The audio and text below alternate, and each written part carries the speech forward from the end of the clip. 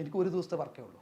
എന്ന് വെച്ചാൽ ഞാൻ പോകുമ്പോൾ എൻ്റെ അവിടെ കോളേജിൽ ഹീര കോളേജിൽ ഇത് വേണം, ഓഫീസ് റൂം 15,000 രൂപ അവിടെ വാടക, എനിക്ക് കോട്ട്, ഇതൊക്കെ കോട്ട് ഇങ്ങനത്തെ സാധനങ്ങളൊക്കെ കമ്പനിയാണ് പ്രൊവൈഡ് ചെയ്യുന്നത് കേട്ടോ. ഈ ഡോക്ടർ ഡ്രസ്സ് അങ്ങനെയൊക്കെ ഉള്ളത് കമ്പനിയാണ് പ്രൊവൈഡ് ചെയ്യുന്നത്. അപ്പോൾ ഇവർക്ക് കോട്ട് വാടക എടുക്കണം, എൻ്റെ കാരവാൻ വേണം, അല്ലെങ്കിൽ വലിയ ഫോർച്യൂണർ അല്ലെങ്കിൽ ബെൻസ് അങ്ങനത്തെ വണ്ടികൾ വേണം. അപ്പോൾ ഈ ഒരു ദിവസം കൊണ്ട് ഇവരെന്ത് ചെയ്യും, എൻ്റെ സീൻസ് മൊത്തം എടുത്ത് തീർക്കും, അല്ലെങ്കിൽ എക്സ്പെൻസ് കൂടും. കൂടും.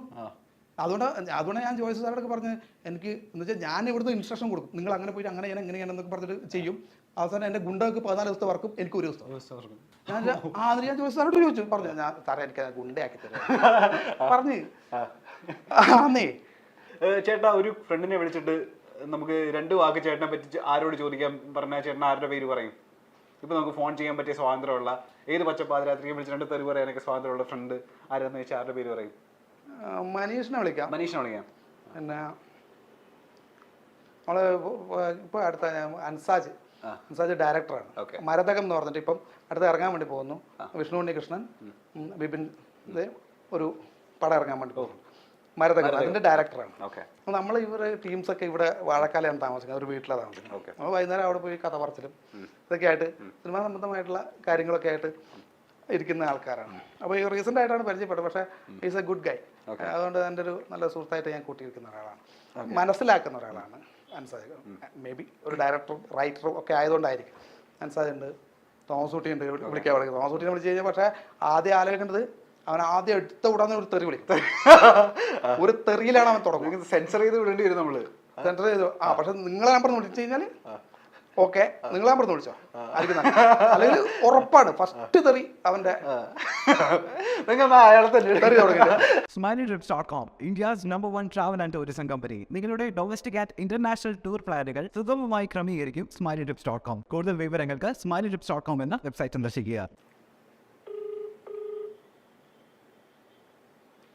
മനീഷ എടാ, ഞാനിവിടെ ഒരു തെറി വിളിക്കല്ലേ, ഞാനിവിടെ ഒരു ഇന്റർവ്യൂലാണേ.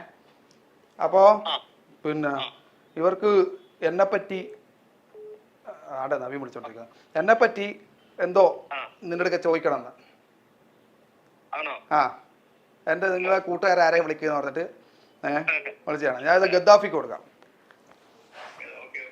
ചേട്ടാ ഹായ്, എൻ്റെ പേര് ഗദ്ദാഫി എന്നാണ്. ഞാൻ മൈൽസ് ഓൺ മേക്കേഴ്സ് എന്ന ചാനലിലെ ആങ്കറാണ്. ഞങ്ങള് ജിഷിൻ ചേട്ടന്റെ സുഹൃത്തുക്കളെ പറ്റി ഇങ്ങനെ ചോദിച്ച സമയത്ത് മനീഷ് ചേട്ടന്റെ പേര്, നവീൻ ചേട്ടന്റെ പേരൊക്കെ ഇങ്ങനെ പറയുമായിരുന്നു.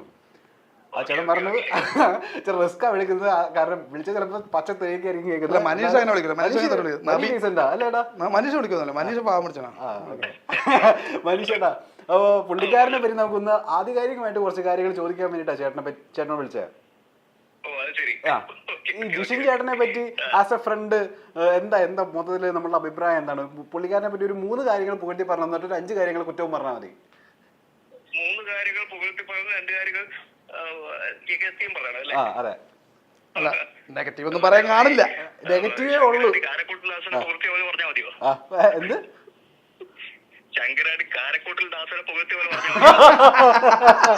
ചേട്ടൻ മനസ്സ് പറഞ്ഞോ? മനസ്സിലായി. എടാ, ചേട്ടന്റെ ഉള്ളിലുള്ളതൊക്കെ പുറത്തിട്ടോ ജിഷിനെ പറ്റിയുള്ള? ഉള്ളിലുള്ളത് എന്ന് പറഞ്ഞാൽ ചിലപ്പോ എന്താ പറയണ, എന്റെ വർഷങ്ങളായിട്ടുള്ള സുഹൃത്താണ്, അതിപ്പോ പ്രത്യേകിച്ച് പറയേണ്ട കാര്യമില്ല. പിന്നെ ആദ്യം നല്ലത് പറഞ്ഞേക്കാൻ തോന്നുന്നു അല്ലേ? ആദ്യം നല്ലത് പറഞ്ഞിട്ട് നമുക്ക് പിന്നെ കുറെ കുറ്റം പറയാം. അല്ല, പിന്നെ നല്ലത് പറഞ്ഞാൽ എന്താ പറയാ, ഒരു വാക്കുണ്ടല്ലോ, ഈ കെട്ടവനക്ക് നല്ലവനും നല്ലവനക്ക് കെട്ടവനുമാണ്. അതാണ് അതിന്റെ ഒരു പ്രത്യേകത. ആൾക്കാർക്ക് ചിലപ്പോ അവൻ വൃത്തികെട്ടവനായി തോന്നും. പക്ഷെ പിന്നെ എന്നെ പോലെയുള്ള അവന്റെ അതേ സ്വഭാവമുള്ള, ഏറെക്കുറെ അതേ സ്വഭാവമുള്ള ആൾക്കാർക്ക് അവൻ നല്ലവൻ തന്നെ. അതായത് പ്രേമിച്ച നമ്മള് തല കയറ്റി വെക്കും, ഇല്ലെങ്കിൽ നമ്മളുടെ കാലിന്റെ അടിയിലായിരിക്കും. അതെ, ഉള്ളതങ്ങ് മുഖത്ത് നോക്കി പറയും, അതിന് യാതൊരു മടിയുമില്ല. അങ്ങനത്തെ ഒരു സ്വഭാവമുണ്ട്. അതുകൊണ്ട് തന്നെ അത്യാവശ്യം കുറച്ച് ശത്രുക്കളൊക്കെ ഉണ്ടാക്കി വെച്ചിട്ടുണ്ട്. സുഹൃത്തുക്കളെക്കാട്ടും കൂടുതൽ ശത്രുക്കളാണ്. അങ്ങനെ ഒരു ടോക്ക് ഉണ്ട് ചേട്ടാ മൊത്തത്തില്, ശത്രുക്കളുണ്ടെന്ന്. അത് ഈ മുഖത്തോക്കി പറയുന്നുണ്ടോ? ഓക്കെ. പിന്നെ വേറൊരു എനിക്ക് ഇത് ഒരു തമാശയല്ല, ഇത് സീരിയസ് ആയി ഞാൻ കാണാം. എനിക്ക് അവന്റെ നല്ലൊരു പ്ലസ് പോയിന്റ് ആയിട്ട് പറയാനുള്ളത് വെച്ചാൽ അവന്റെ ഒരു കോൺഫിഡൻസ് ആണ് എനിക്ക് ഭയങ്കര ഒരു പ്ലസ് പോയിന്റ്. എന്ത് കാര്യത്തിലുള്ള ഒരു കോൺഫിഡൻസ് എന്ന് പറയുന്നത് ഭയങ്കര. ഇപ്പൊ സത്യം പറഞ്ഞാല് ഇപ്പൊ ഞാൻ അത്യാവശ്യം പാട്ട് പാടാനും അത്യാവശ്യം ഡാൻസ് ചെയ്യാനും അറിയുന്ന ഒരാളാണ്. ഞാൻ വേറെ കൊണ്ടല്ല, ഞാൻ അത്യാവശ്യം പഠിച്ചിട്ടുണ്ട് ചെറുപ്പം മുതൽ.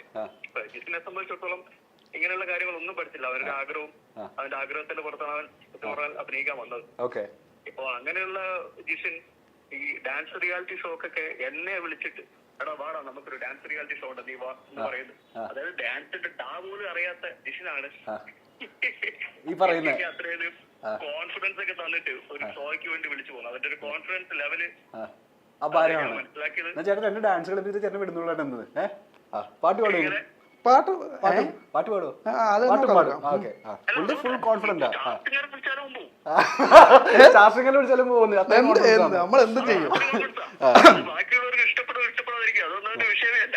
പുള്ളി പാടും, അത് പാടും. അതൊരു നല്ലൊരു എന്താ പറയണ്ട നല്ലൊരു പ്ലസ് പോയിന്റിനാണ്. പിന്നെ ഇപ്പൊ നേരത്തെ പറഞ്ഞ പോലെ തന്നെയാണ്. കാരണം ആത്മാർത്ഥമായിട്ട് അവന്റെ കൂടെ ജെന്യൂനായിട്ട് നിൽക്കുന്നവരോട് അവൻ വളരെ ഇനി എന്താ പോരായ്മകൾ എന്താ പുള്ളിക്കാരൻ മാറ്റേണ്ട എന്തെങ്കിലും കുറ്റം പറഞ്ഞ ആസ് എ ഫ്രണ്ട്?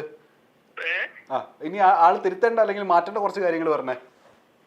മാറ്റേണ്ട കാര്യങ്ങൾ എന്ന് പറഞ്ഞാല് ആസ് എ ഫ്രണ്ട് സഹിക്കാൻ പറ്റാത്ത കുറച്ച് കാര്യങ്ങളൊക്കെ ഉണ്ടാവുമല്ലോ പുള്ളിക്കാരന്റെ. സഹിക്കാൻ പറ്റാത്ത കുറെ കാര്യങ്ങൾ ഉണ്ടാവും. എല്ലാവരെയും എന്താ പറയണ്ട ഒരുപോലെ കാണാൻ പാടില്ല. സത്യം പറഞ്ഞാൽ എല്ലാവരും നമുക്ക് ബോധം നിൽക്കുന്നവര് തന്നെ പണിയെടുത്ത ഒരു ഇൻഡസ്ട്രിയാണ്. അപ്പൊ അതിന്റേതായ ഒരു സെൻസോട് കൂടി കാണണം. ഇപ്പൊ ഒരാളെ വിശ്വസിക്കുന്നുണ്ടെങ്കിൽ അന്ധമായിട്ട് അങ്ങ് വിശ്വസിക്കാതിരിക്കുക ഒരു പാഠമാണ്. അപ്പൊ അവനെ സംബന്ധിച്ചിടത്തോളം ചിലവരോടൊക്കെ ഇഷ്ടം കൂടുതൽ കൊണ്ട് അവർ ഇഷ്ടപ്പെടുന്നതുകൊണ്ട് ചിലപ്പോൾ അന്ധമായിട്ട് വിശ്വസിക്കും. പക്ഷെ നാളൊരു പണി വരുമ്പോ തിരിച്ചത് ഉൾക്കൊള്ളാനുള്ള ഒരു മെന്റാലിറ്റി ഉണ്ടാവണം. അതൊരു അവരുടെ ഒരു സത്യം പറഞ്ഞ പോരായ്മ തന്നെ വേണം പറയാം. പിന്നെ ഡിപ്ലോമാറ്റിക് ആയിട്ടൊക്കെ സംസാരിക്കാൻ പഠിക്കണം അല്ലേ? തുറന്ന് അത്രയും തുറന്ന് സംസാരിക്കരുത് ആളുകൾ. നിൽക്കാൻ പഠിക്കണം. പക്ഷേ കണ്ണൂരുകാർക്ക് അതില്ല. നിഷ്കളങ്കരാ കുറച്ച് കൂടുതലാണ്. ഞാൻ സത്യം പറഞ്ഞ കുറെ വർഷങ്ങളായിട്ട് ഞാൻ തുടക്കത്തിലൊക്കെ ഇവരെ പോലെയാണ്. പക്ഷെ എന്താ പറയുക പെട്ടെന്നൊരു ഷോർട്ട് ടെമ്പേർഡൊന്നും അല്ലേ ഞാൻ. പക്ഷെ ഞാൻ ഇതുപോലെ തന്നെയാണ്. ഇപ്പൊ കൂടെ നിൽക്കുന്നവരെ ഭയങ്കരമായിട്ട് വിശ്വസിക്കുകയും അല്ലെങ്കിൽ പറഞ്ഞ പോലെ അത്രയധികം ക്ലോസ് ആക്കി നടക്കാനൊക്കെ ഉള്ള ആളാണ്. ഇതിന്റെ കുറെ കഴിഞ്ഞപ്പോ ഞാനും എന്റേതായ രീതിയിൽ ഞാനും മനസ്സിലാക്കി ഇങ്ങനെ നമ്മളൊരു ആത്മാർത്ഥ കാണിക്കുന്നതിൽ കാര്യമില്ല. കാരണം തിരിച്ച് അവിടുന്ന് കിട്ടുന്നതിൽ പിന്നെ അതിന്റെ കാര്യമില്ല. ഈ ജിഷിൻ ചേട്ടനെ പറ്റി ഓർക്കുന്ന സമയത്ത് എപ്പോഴും ചിരി വരുന്ന കാര്യം എന്താ? അല്ലെങ്കിൽ എന്തെങ്കിലും പുള്ളിക്കാരൻ കാണിച്ച അമ്മളിയോ എന്തെങ്കിലും പൊട്ടത്തരോ അങ്ങനെ എന്തെങ്കിലും എപ്പോഴും പുള്ളിക്കാരനെ പറ്റി ആലോചിച്ച് സംസാരങ്ങളിലാണ് കോമഡി. കാരണം എടുത്തു പറയാൻ പ്രത്യേകിച്ച് നമുക്ക് ആലോചിച്ച് പറയാം. അത് എന്ന് കണ്ടു കഴിഞ്ഞാലും എന്തെങ്കിലുമൊക്കെ തമാശകൾ അവിടെ ഇവിടെ ഉണ്ടാവും. ഉറപ്പാണ്. അത് നമ്മൾ 2-3 സുഹൃത്തുക്കളുണ്ട്. ഇതിന്റെ ഇടയിൽ വരുമ്പോ അത് ഏറ്റവും കൂടുതൽ ആ സമയത്ത് പ്രത്യേകിച്ച് നമ്മളൊരു ഷോ ഒക്കെ ചെയ്ത സമയത്ത് നമ്മളൊരു ഡാൻസ് റിയാലിറ്റി ഷോ ഒക്കെ ചെയ്ത സമയത്ത് നമ്മൾ ഒരു എന്താ പറയണ്ട ഒരു ഗ്യാങ് ആയിട്ട് നമ്മളൊരു 2-3 മാസം ഒരുമിച്ചുണ്ടായിരുന്നു. മാത്രമല്ല ഒരു 4-5 മാസമായിട്ട് റിഹേഴ്സലും ഒക്കെ ആയിട്ടുണ്ടായിരുന്നു. അപ്പൊ ആ സമയത്ത് നടക്കുന്ന ഒരുപാട് ഈ സ്പോട്ടായിട്ട് ആലോചിക്കാൻ പറ്റുന്നത് പ്രത്യേകിച്ച് എടുത്തു പറയാൻ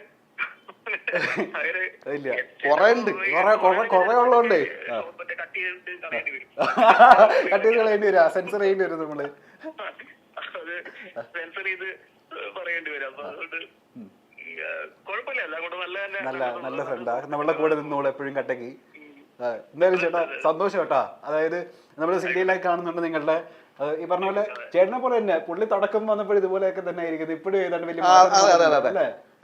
പിന്നെ വരത പറയായിരുന്നു അവള് പിന്നെ LKG പഠിക്കുമ്പോ മുതൽ കാണാൻ തുടങ്ങി.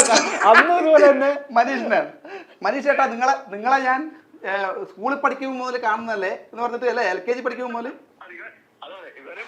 സ്ഥിരം പറയാന്ന് വെച്ചാൽ എന്നെ എപ്പ കണ്ടു കഴിഞ്ഞാൽ ഞാൻ നഴ്സറി പോകുമ്പോ തൊട്ട് തന്നെ പറഞ്ഞിട്ടാണ് എന്നെ കളിയാക്കല്. അടിപൊളി. അപ്പൊ ചേട്ടാ സംസാരിക്കാൻ പറ്റിയില്ല, ഒരുപാട് സന്തോഷം. ഈ പറഞ്ഞ പോലെ ബാക്കി വിശേഷങ്ങളൊക്കെ നിങ്ങളുടെ സീരിയലിലൂടെ നമ്മൾ അറിയുന്നുണ്ട്. ഇതുപോലെ തുറന്ന് ഇതുപോലെ പേഴ്സണലി സംസാരിക്കാൻ പറ്റിയില്ല, ഒരുപാട് സന്തോഷം. Thank you. Okay bye. എന്തെങ്കിലും പറയാനുണ്ടോ? ബാക്കി ഞാൻ വിളിക്കുമ്പോ തരാടാ നിനക്ക് കേട്ടാടാ. ബാക്കി ഞാൻ വിളിക്കുമ്പോ തരാം. ഇപ്പൊ പറഞ്ഞേക്കാവേ. ഓക്കെ. നിന്നെ പറ്റി അതിന് മോശമൊന്നും ഇല്ലല്ലോടാ. ഞാൻ നോക്കട്ടെ. നീ ഉണ്ടല്ല സൽഗുണ സമ്പന്നനായിട്ടുള്ള ഒരുത്തൻ. വെച്ച് പോടാ. താങ്ക്സ് രാമുത്തേ. Thank you. അതാണ് അപ്പൊ നമ്മളുടെ മനീഷ് നമ്മളുടെ ആത്മാർത്ഥ എന്താ പറഞ്ഞേ പിന്നെ നിഷ്കളങ്കനാണ്. വിശ്വസിക്കാൻ പറ്റും. സത്യം. ഞാൻ എല്ലാവരെയും കണ്ണടച്ചങ്ങ് വിശ്വസിക്കും. ഞാൻ സത്യം ഞാൻ ഭയങ്കരമായിട്ട് വിശ്വസിക്കും. വെറും മണ്ടനാണ് ഞാൻ. എന്നെ പറ്റിക്കാൻ ഭയങ്കര എളുപ്പമാണ്. കുറേ പേര് പറ്റിച്ചിട്ടുണ്ട്. കുറേ പേര് പൈസയായിട്ടും പറ്റിച്ചിട്ടുണ്ട്, അല്ലാണ്ടും പറ്റിച്ചിട്ടുണ്ട്. കുറേ പേര് പറ്റിച്ചിട്ടുണ്ട്.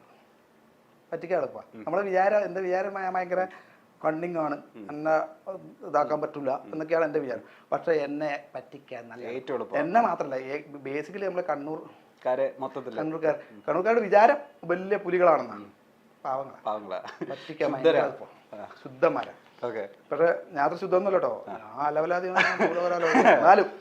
എന്നാലും പറ്റിക്കാൻ എളുപ്പം. ഇനി ചേട്ടാ മറ്റേ കാര്യം, പാട്ട്. ഏത് പാട്ട്? പുള്ളിക്കാരല്ലേ പാട്ട് പാടും. തൊണ്ട പോയി കിടക്കുന്ന പിന്നെ ചൂടുവെള്ളം വേണം. ചൂടുവെള്ളം പിടിച്ച പാട്ട് പാടാ.